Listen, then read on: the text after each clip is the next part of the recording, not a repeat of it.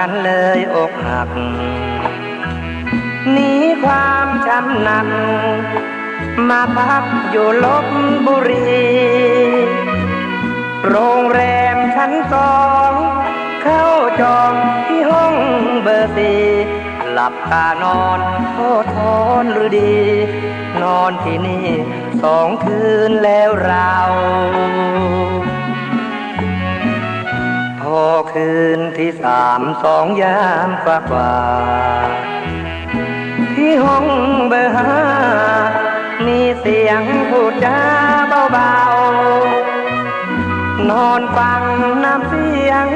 ใกล้เคียงคล้ายเสียงแฟนเก่าแนบหูฟังข้างฟ้าเบาๆเหมือนแฟนเรา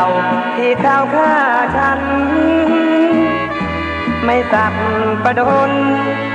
แต่ทนนิ่งอยู่ไม่ไหวยืนมองรถช่องลมไปหัวใจฉันมันชักสั่นแสงไฟสว่างเห็นเขานั่งหยอกล้อเล่นกัน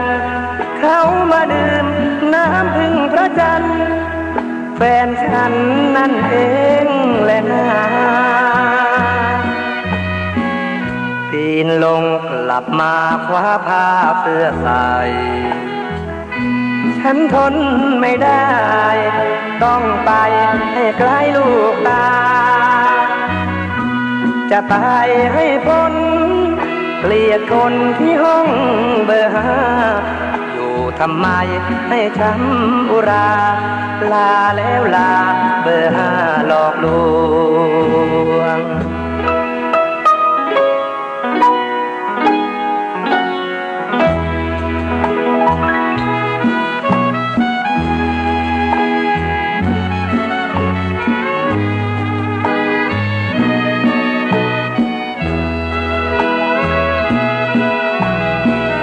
ปีนลงกลับมาคว้าผ้าเสื้อใส่ฉันทนไม่ได้ต้องไปให้ไกลลูกตา